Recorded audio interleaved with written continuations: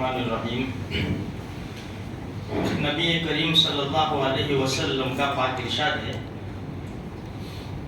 کہ میں تمہارے لیے والد کی طرح ہوں، یعنی جس طرح والد اپنے بچے کو تربیت دیتا ہے اور سب چیزیں سکھاتا ہے، اسی طرح میں تمہیں اسلامی طریقہ اور اسلامی تعلیم اور زندگی گزارنے کا بہترین راستہ اور طریقہ سکھا رہا ہوں۔ پھر ہمارے نبی نے اس حدیث میں فرمایا کہ تم میں سے کوئی بھی جب قضائے حاجت کے لیے آوے، یعنی پاخانہ میں ٹوائلٹ میں جاوے، تو لا تستقبلوا القبلۃ ولا تستدبروها، کہ قبلے کی طرف منہ بھی نہ کرو اور قبلے کی طرف پیٹھ بھی نہ کرو۔ یعنی جب پیشاب کرنے کے لیے بیٹھو، کہیں بھی جنگل میں بیٹھو یا اپنے گھر میں ٹوائلٹ میں، کسی بھی جگہ پیشاب اور پاخانہ کے لیے بیٹھو تو یہ دھیان رکھو، نہ قبلے کی طرف ہمارا منہ ہوگا نہ قبلے کی طرف پیٹھ ہوگی۔ اچھا، سلمان فارسی رضی اللہ تعالیٰ عنہ فرماتے ہیں کہ مشرکین نے مذاق کیا، تانا دیا کہ تمہارے نبی یہ بھی سکھاتے ٹوائلٹ پہ جانے کا طریقہ بھی، اتنی چھوٹی چھوٹی باتیں۔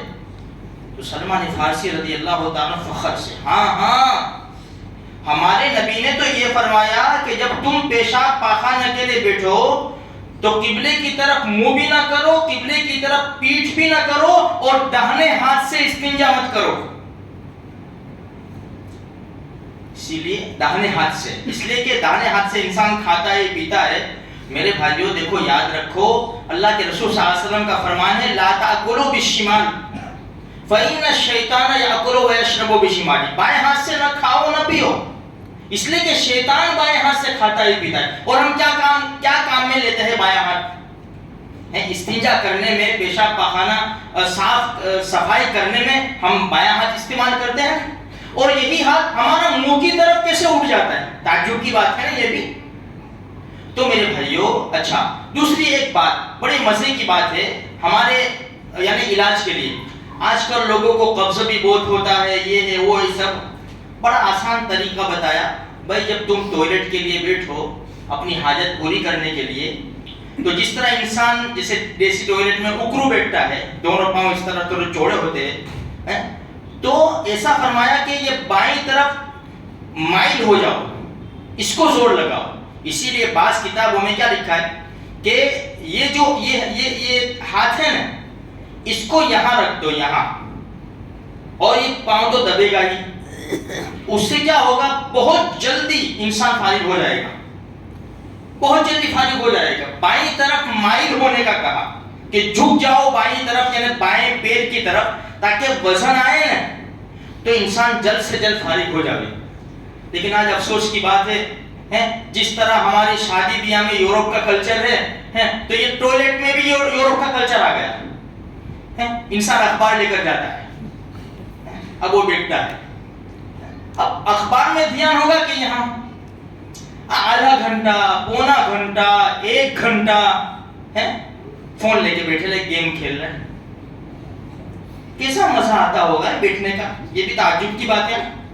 آدھا گھنٹہ، پونا گھنٹہ، اور موسم نہیں بنتا۔ کہاں سے بنے گا موسم؟ کہاں سے موسم بنے گا؟ دھیان تمہارا دوسری جگہ ہے تو کہاں سے موسم بنے گا؟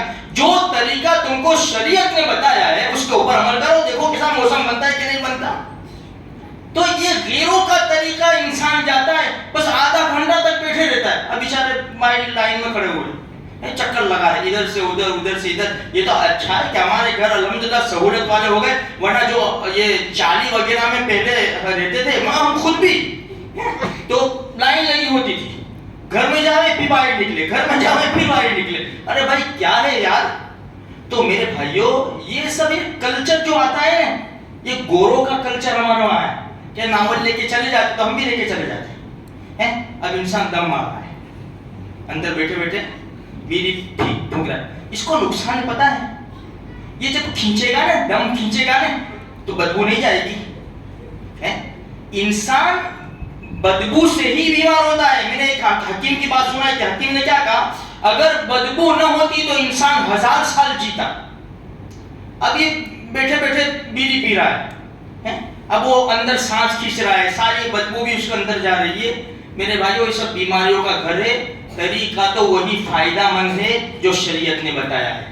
شریعت کے مطابق انشاءاللہ ہم عمل کریں گے تو بڑا فائدہ ہوگا. دوسری ایک چھوٹی سی بات ہے, آج کل اپارٹمنٹ جو وغیرہ بنتے ہیں اور اٹیچ ٹوائلٹ باتھ روم ایک ہی ہوتا ہے. اب اس میں پرابلم تھوڑا سا کیا آتا ہے, اگر ٹوائلٹ کو یوں بنائیں گے قبلے کی طرف منہ کرنے سے, پیٹھ کرنے سے بچنے کے لیے یوں بنائیں گے اس طرح, تو پھر باتھ روم یوں بنے گا.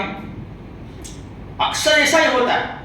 تو دیکھو غسل کے بارے میں نہیں فرمایا, لیکن پھر بھی بیت اللہ ہے, قبلہ ہے, اور قبلہ محترم کی ہمارے دلوں کے اندر عزت ہے, ہمارے سر آنکھوں پر.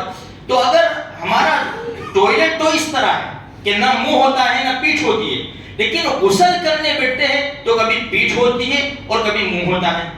تو ہم تھوڑا سا مڑ کر بیٹھے, کراس بیٹھے تھوڑا سا, تاکہ قبلے کی طرف. بعض مرتبہ انسان جیسے پانی وغیرہ ڈالتا ہے تو پیشاب بھی ہوتی ہے, پیشاب ہوتی ہے, تو وہ کیا ہے کہ اگر ہم قبلے کی طرف بیٹھے ہوں گے تو یہ مناسب بھی نہیں ہے. تو تھوڑا سا کراس بیٹھیں گے نا تو ایک تسلی بھی ہو جائے گی, عمل بھی ہو جائے گا, ہمارا رب بھی راضی ہو جائے گا. اللہ مجھے آپ کو سارے مسلمانوں کو نیک توفیق